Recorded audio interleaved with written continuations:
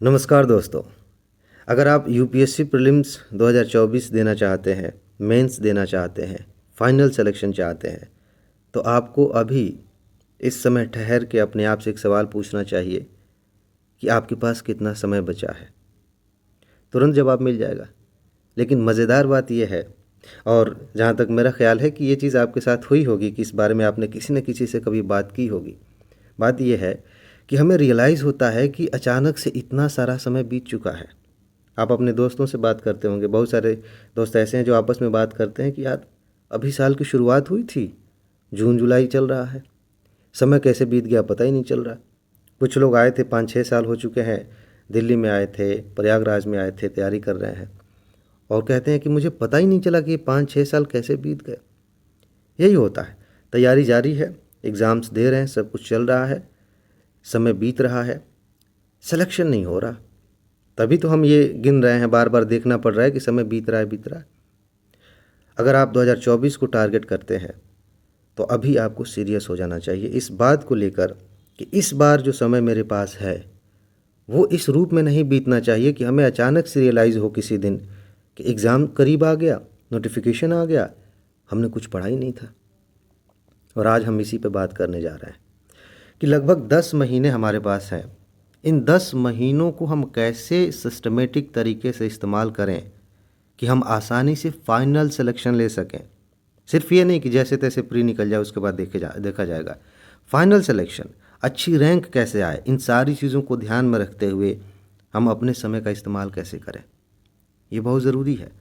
क्योंकि जब हमारे पास कोई रोड मैप नहीं होता है ना, तो हम हर रोज़ स्ट्रेटजी बनाते हैं, हर रोज़ हम कुछ नया सोचते हैं और इस चक्कर में टाइम भी ख़राब हो जाता है।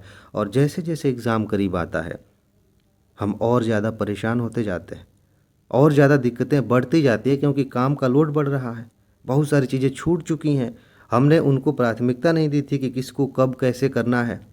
इस वजह से दिक्कत होती है। और यहीं पर रोल आता है आपकी स्ट्रेटजी का, आपकी प्लानिंग का, कि आपने प्लानिंग कैसे की थी, आप किस तरीके से काम कर रहे थे। ये बहुत ज़रूरी है।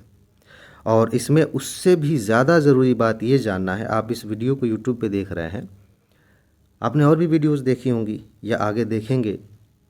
सबसे बड़ी दिक्कत ये है ना कि जब हम स्ट्रेटजी की बात करते हैं, मैं आपके लिए स्ट्रेटजी बताने जा रहा हूँ और मैं आपके बारे में कुछ नहीं जानता, तो मैं कभी भी आपको सही स्ट्रेटजी नहीं दे सकता कि इस महीने ये पढ़ लो, इसको इतने दिन तक करो, इसको इस रूप में करो। ऐसा नहीं हो सकता। यानी कि मैं इस वीडियो में ऐसी कोई बात नहीं बताने जा रहा हूँ जो ओरिजिनली आपसे जुड़ नहीं सकती, जिसे आप एक्सेप्ट नहीं कर सकते। हो सकता है आपको सुनने में मज़ा आए, अच्छा लगे कि हाँ वाह क्या बात है, ऐसा होना चाहिए, उसका कोई फ़ायदा नहीं है। मैं आपको आज कुछ टूल्स देने जा रहा हूँ, कुछ ऐसे तरीके बताने जा रहा हूँ जिनके दम पर आप अपने लिए, जो आपको सूट करे, जो आपको सफलता दिलाए, वो स्ट्रेटजी बनाने में सक्षम हो सके, उस लायक हो सके। और यही होना चाहिए। अगर मैं ये कह दूं कि इस महीने ये पढ़ लो, इस महीने वो पढ़ लो, हो सकता है कि आपने पहले से पढ़ लिया हो, या हो सकता है कि आप अभी अभी जस्ट शुरुआत ही कर रहे हैं, दिक्कत हो जाएगी। समझ रहे हैं ना? तो सीधे सीधे कहने का मतलब ये है कि इन बचे हुए 10 महीनों में हम क्या करेंगे, कैसे करेंगे। आप हर जितने भी लोग देख रहे हैं इस वीडियो को, हर व्यक्ति अपने तरीके से स्ट्रेटजी बना सके, अपने लायक स्ट्रेटजी बना सके और सफल हो सके। उसके लिए मैं कुछ टूल्स, कुछ पॉइंट्स देने जा रहा हूँ। अगर आप इन बातों को ध्यान में रखते हुए आगे बढ़ते हैं, आप बहुत अच्छा इस्तेमाल करेंगे इस समय का और बहुत अच्छी रैंक के साथ सिलेक्शन लेंगे। तो चलिए शुरू करते हैं। और बात की शुरुआत हम करेंगे इस पहले टॉपिक से, जो कि बहुत ही ज़्यादा इम्पॉर्टेंट है। अगर आपके दिमाग में ये बात क्लियर नहीं है कि आप इन बचे हुए महीनों में क्या पढ़ने जा रहे हैं, और इतना पढ़ना ही पर्याप्त है, इससे ज़्यादा अगर कुछ है भी उसे छोड़ भी देते हैं तो भी हमारा काम चल जाएगा, अगर ये चीज़ दिमाग में क्लियर नहीं है तो फिर आप लास्ट तक फंसे रहेंगे, आप कुछ नहीं कर पाएंगे। और ऐसा लाखों लोगों के साथ हो रहा है। वो अंतिम दिनों तक ये तय नहीं कर पाते कि कितने से उनका काम चल जाएगा, वो ये नहीं तय कर पाते कि उन्हें कितना चाहिए। ये तय करने में अगर आपको 10 दिन, 15 दिन, 1 महीने भी लग जाते हैं तो भी सही है, लेकिन ये ज़रूरी है कि आप जानें कि आपको पढ़ना क्या है। कितना पढ़ना है। जैसे कि आप बहुत सारी वीडियोस देखते हैं, देखिए, शौक से देखिए कि कौन कौन सी बुक लिस्ट हमें चाहिए, कौन सी नोट चाहिए, क्या क्या पढ़ना है, कैसे पढ़ना है, ये सारी चीज़ें स्टडी मटेरियल के नाम पे जितनी चीज़ें हैं उनकी एक लिस्ट बनाइए। और लिस्ट बनाने के बाद ये तय करिए कि इनमें से कितने से हमारा काम चल जाएगा। अगर हम प्री की बात करें, मैं आपसे बार बार कहता हूँ कि प्रीलिम्स के लिए पढ़ने के लिए बहुत सारी चीज़ें हैं, लेकिन कुछ टॉपिक्स ऐसे हैं जहाँ से हर साल क्वेश्चंस आ रहे हैं।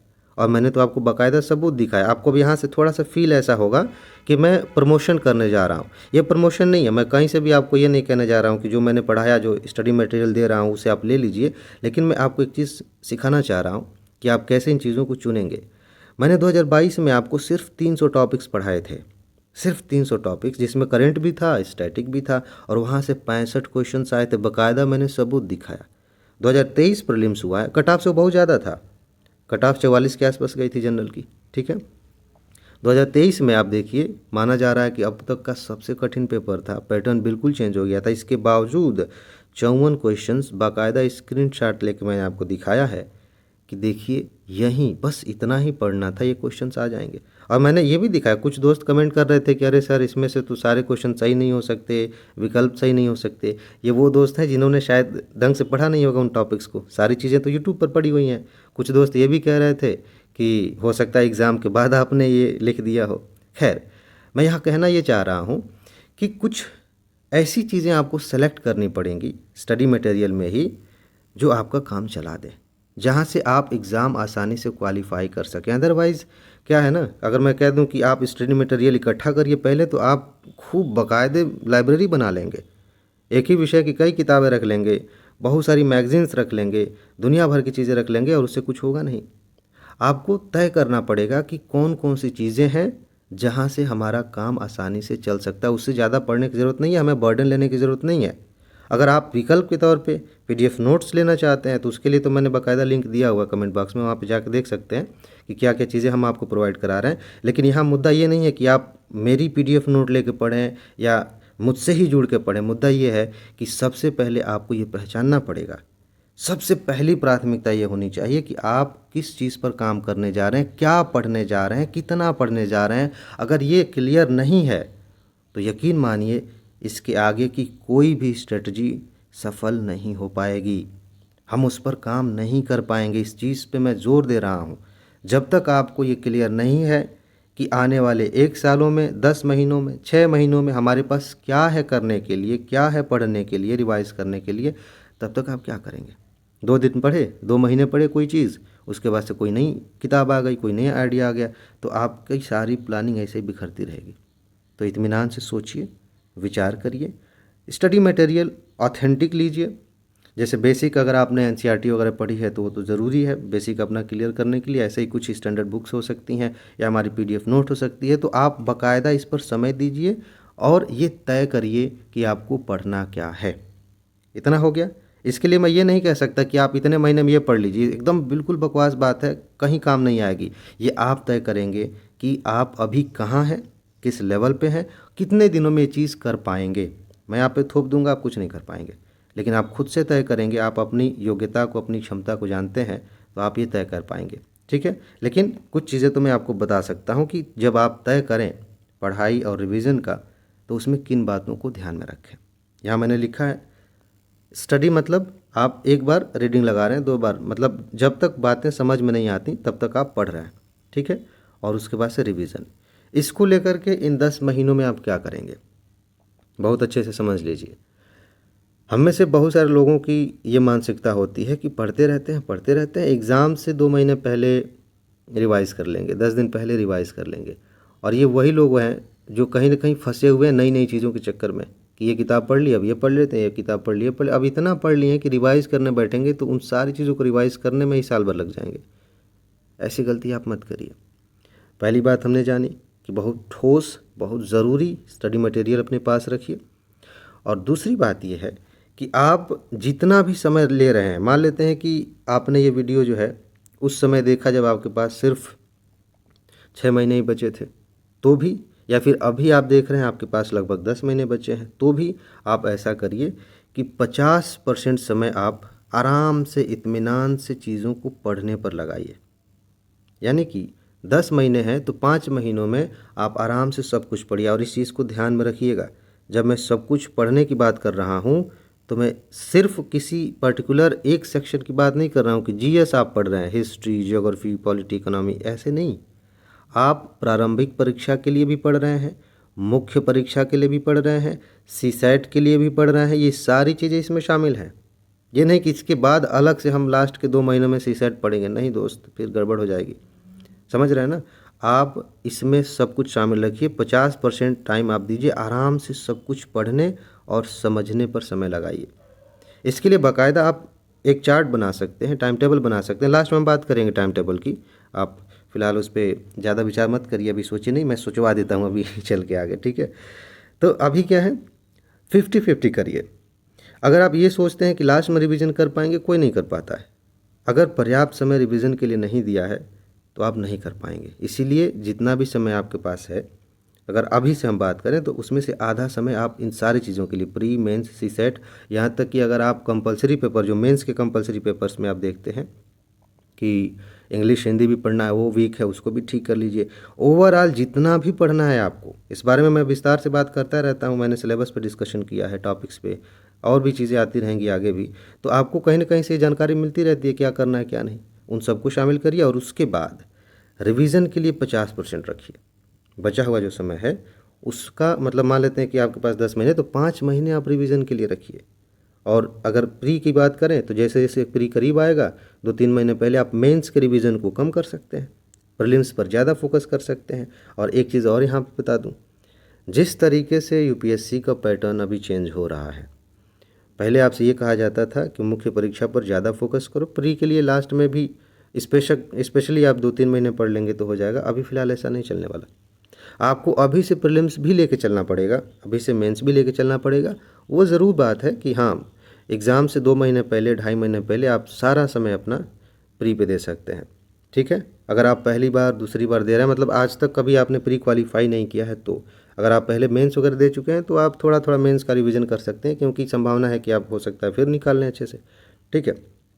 तो ये चीज़ ध्यान में रखिए कि प्री और मेंस दोनों को लेके चलिए। रिवीजन के लिए आप आधा समय रखिए, क्योंकि रिवीजन ही वो चीज़ है जो एग्ज़ाम में आपकी मदद करेगी। आपने पूरे संसार की किताबें पढ़ ली हैं, एग्ज़ाम के टाइम पे याद नहीं आ रही हैं, कोई मतलब नहीं है उसका। रिवीजन जितनी बार आप करते हैं, काम की जो चीज़ें हैं उनको जितनी बार रिवाइज़ करते हैं, उतनी ही चीज़ें आपके दिमाग में फिक्स होती जाती हैं, और क्वेश्चन को देखते ही वो चीज़ ज़्यादा दिमाग में क्लिक करेगी जिसने आप जिस चीज़ को आपने बार बार रिवाइज़ किया होगा। ये आपको पता है अच्छे से, और इसीलिए मैं इस पीडीएफ नोट पे इतना जोर दे रहा था कि इसको तो आप एक दिन में कई बार रिवाइज़ कर सकते हैं। बस एक बार अच्छे से समझ लीजिए, पढ़ लीजिए, बार बार रिवाइज़ कर सकते हैं। ऐसे यूपी पीसीएस में मैंने आपको दिखाया था 78 क्वेश्चन आए थे, वो सारी चीज़ें अलग की बात है, नहीं तो लगेगा कि फिर मैं प्रमोशन करने लगा, ठीक है? तो रिवीजन इस तरह से आप टाइम इसका डिवाइड करिए। उसके बाद देखिए, इसके बाद बात आती है प्रैक्टिस और आंसर राइटिंग की। कई बार हम जब प्लानिंग बनाते हैं ना, तो इसको अपनी, जैसे मैंने पढ़ाई और रिवीजन की बात की अभी, उससे अलग मान के प्लानिंग बनाते हैं, इसीलिए समय कम पड़ जाता है। और फिर जब हम प्रैक्टिस वाले टाइम पे आते हैं तो पता चलता है कि हमने ढंग से पढ़ा ही नहीं था, यानी कि इसके पहले वाले स्टेज में ही ढंग से काम नहीं किया था, तो प्रैक्टिस कैसे होगी, आंसर राइटिंग कैसे होगी? एक्चुअली हम एक ही शब्द लिख के बातें पूरी कर सकते थे, लेकिन यहाँ प्रैक्टिस को मैंने इस सेंस में लिया है कि आप प्री के लिए प्रैक्टिस कर रहे हैं, प्रश्न हल करने, और आंसर राइटिंग मेंस के लिए। अदरवाइज सिर्फ इसी को लेके हम प्री और मेंस की बात कर सकते थे। तो क्या कह रहा हूँ मैं, जब हम प्रैक्टिस और आंसर राइटिंग की बात सोचते हैं तो हमारे मन में ये बात आती है कि ऐसा करते हैं कि पहले हम पढ़ लेते हैं, उसके बाद से प्रैक्टिस करेंगे। और प्रैक्टिस करने बैठते हैं तो बाकायदा हमें इस बात का एहसास हो भी जाता है कि अभी कुछ गड़बड़ है।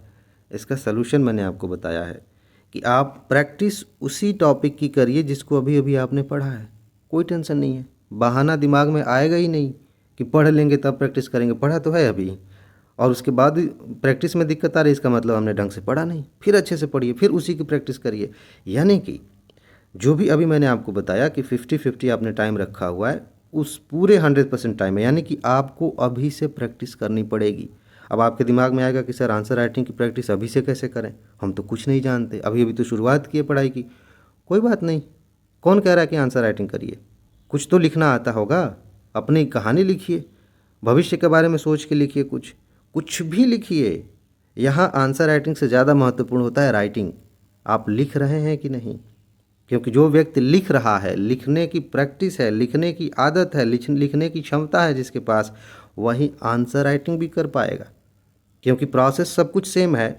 आंसर जब आगे जोड़ देते हैं तो इसका मतलब ये हो जाता है कि किसी खास कंटेक्स्ट में, किसी खास टॉपिक पे हमें कुछ बातें लिखनी है। लेकिन जब लिखने की ही आदत नहीं है, आपका दिमाग, आपका शरीर, आपका हाथ उस प्रोसेस से नहीं गुजरा है, तो आप नहीं कर पाएंगे। तो ये बहाना मन में नहीं आना चाहिए कि आंसर राइटिंग अभी से कैसे करें। कोई नहीं कह रहा कि अभी से आंसर राइटिंग करिए, लेकिन लिखने की प्रैक्टिस अभी से कर सकते हैं। ठीक है, तो ये चीज़ें हैं।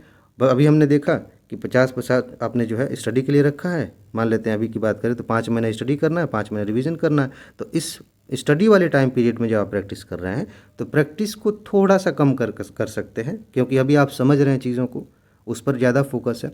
लेकिन जब आप यहाँ आएंगे तो प्रैक्टिस आप बढ़ाएंगे, उसका समय बढ़ाएंगे, ज़्यादा समय देंगे, ज़्यादा प्रश्नों को हल करेंगे।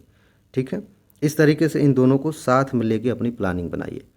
अब ये जब हम सोच लेते हैं तब आता है ये वाला टास्क जो सब सारा काम बिगाड़ देता है सही मायने में। सब कुछ सोच के बहुत बढ़िया, बड़ा मज़ा आ रहा है कि हम ये कर लेंगे, वो कर लेंगे, लेकिन जब हम पॉइंट पे आते हैं ना, उस समय आके टाइम ख़राब होता है। टाइम टेबल की वजह से हमने सोच लिया 10 महीने में ये कर देंगे, वो कर देंगे, ऐसे पढ़ लेंगे, ये प्रैक्टिस कर देंगे। फिर आते हैं, घूम फिर के आना तो आज ही है, तो आज बैठे हैं, टेबल पे बैठे हैं, सोच रहे थे आगे क्या करना है, तो टाइम टेबल बना लेते हैं कि कौन सी चीज़ कब करनी है।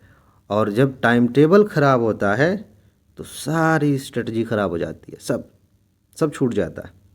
और ये मैं ख़राब होने दूंगा नहीं, क्योंकि अभी हमारे दिमाग में जो चीज़ें डाली गई हैं वो अब घिसी पिटी सी रह गई हैं।